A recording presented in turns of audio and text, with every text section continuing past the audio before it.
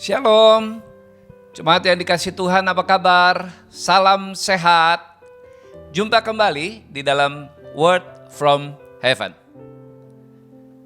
Raja Daud adalah raja yang sangat unik, baik di dalam pemilihannya ketika Allah memilih Daud untuk menjadi raja, maupun di dalam pekerjaan dan tugasnya sehari-hari.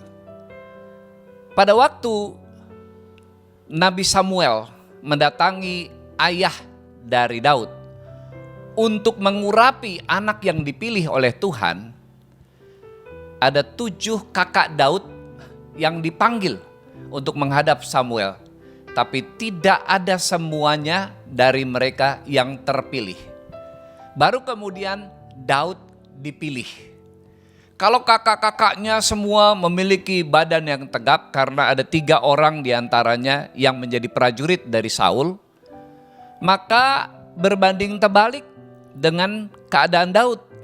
Dia anak bungsu yang masih remaja, dan ketika Daud menghadap Nabi Samuel, Alkitab berkata wajahnya kemerah-merahan. Kalau bahasa anak sekarang kali imut-imut atau unyu-unyu. Tapi itulah yang dipilih oleh Tuhan. Bukan yang kelihatan dari luar yang Tuhan pilih, tetapi yang hatinya berkenan kepada Allah. Daud bukan seperti abang-abangnya yang menjadi prajurit Saul, tetapi Daud justru hanya sebagai penggembala kambing domba. Saudara yang dikasihi Tuhan, dari mana Daud memperoleh pengalaman ketika dia berperang dan berkelahi dengan Goliat? Justru ketika dia menjaga kambing dombanya itulah dia memiliki pengalaman ketika dia harus mengalahkan beruang, ketika dia harus mengusir binatang-binatang buas. Di sanalah Daud dididik dan dilatih Tuhan. Sehingga ketika Goliat menantang pasukan Israel, Daud berani berhadapan dengan Goliat. Ada peristiwa yang unik ketika Daud akan berhadapan dengan Goliat. Saul memberikan pakaian perangnya kepada Daud, memberikan pedangnya untuk Daud. Tapi justru Daud tidak bisa berbuat apa-apa. Di dalam 1 Samuel pasal yang ke-17 ayat 38 dan 39 firman Tuhan berkata begini. Lalu Saul mengenakan baju perangnya kepada Daud, ditaruhnya ketopong tembaga di kepalanya dan dikenakannya baju zirah kepadanya. Lalu Daud mengikatkan pedangnya di luar baju perangnya. Kemudian ia berikhtiar berjalan. Ketika Saul sudah mengenakan seluruh perlengkapan perangnya kepada Daud, dan Daud mencoba berjalan, justru Daud tidak bisa bergerak. Daud tidak bisa berjalan dengan perlengkapan perangnya Saul. Lalu kemudian dia berkata kepada Saul, aku tidak bisa bergerak dengan mengenakan pakaian perang ini. Lalu dilepaskanlah semuanya, dan Daud berperang menggunakan tongkat dan juga ketepel serta batu yang menjadi senjatanya. Bapak Ibu Saudara yang dikasihi oleh Tuhan Yesus, setiap kita pasti memiliki masalah dan persoalannya sendiri di dalam kehidupan ini. Ada keluarga yang menghadapi masalah hubungan suami istri. Ada keluarga yang saat ini sedang menghadapi situasi ekonomi yang buruk karena suami di PHK atau suami dirumahkan. Ada juga keluarga yang mungkin secara ekonomi berkecukupan tetapi menghadapi masalah dengan anaknya yang memberontak, anaknya yang tidak mau sekolah, anaknya yang terlibat narkoba. Ada juga mungkin hari-hari ini keluarga-keluarga yang semuanya terkena dampak dari COVID.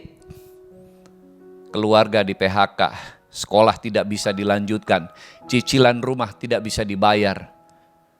Mungkin saudara hari ini sedang menghadapi peperangan saudara sendiri.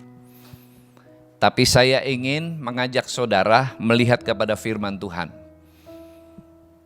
Daud mengalahkan musuhnya bukan dengan mengenakan pakaiannya Saul. Dia mengenakan perlengkapannya sendiri sehingga dia bisa memenangkan peperangan. Apa artinya? Jangan membanding-bandingkan diri saudara dengan keadaan orang lain. Jangan mengenakan keadaan dan kondisi saudara kepada kondisi dan keadaan orang lain. Maka saudara akan mengalami frustrasi. Kenapa saya tidak seperti dia?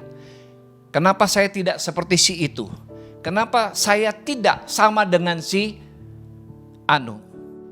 Saudara tidak perlu membanding-bandingkan masalah dan persoalan saudara. Karena masing-masing orang, masing-masing keluarga itu memiliki peperangannya sendiri. Gunakanlah senjata yang selama ini saudara biasa kenakan. Mungkin saudara memiliki keahlian. Mungkin saudara memiliki kelebihan-kelebihan tertentu. Ada hal-hal yang positif yang saudara miliki yang selama ini mungkin belum saudara kembangkan. Mari kembangkan itu. Mari gunakan senjata yang saudara miliki secara pribadi. Dan yang terpenting, hubungan pribadi saudara dengan Tuhan. Inilah yang nomor satu harus dikenakan di dalam peperangan kita. Mungkin selama ini kita kurang mengandalkan Tuhan. Kita lebih mengandalkan yang lain. Kalau itu yang terjadi, mari mulai mengandalkan hubungan saudara dengan Tuhan. Kembalilah kepada hubungan yang selama ini sudah rusak. Yang saudara tidak perhatikan, yang saudara tidak andalkan lagi. Maka Tuhan akan bertindak dan bekerja di dalam hidup saudara. Membawa saudara melewati masa-masa yang sukar dan mengalahkan musuh saudara. Apapun yang menjadi musuh saudara hari-hari ini. Masalah ekonomi, masalah rumah tangga, sakit penyakit, atau apapun itu. Di dalam Tuhan pasti ada jalan keluarnya.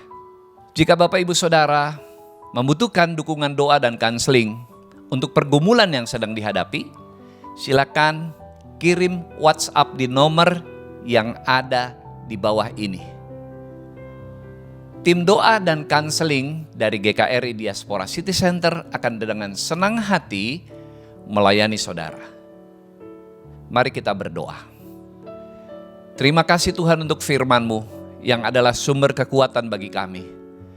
Pada saat-saat dan situasi kami harus menghadapi peperangan di tengah-tengah dunia ini, kami memiliki senjata, kami memiliki kekuatan yang berasal dari Tuhan. Tuhan tuntun langkah-langkah kami, sehingga kami dapat mengatasi dan menang atas peperangan yang sedang kami hadapi. Dalam nama Tuhan Yesus kami berdoa. Amin. Sampai jumpa kembali.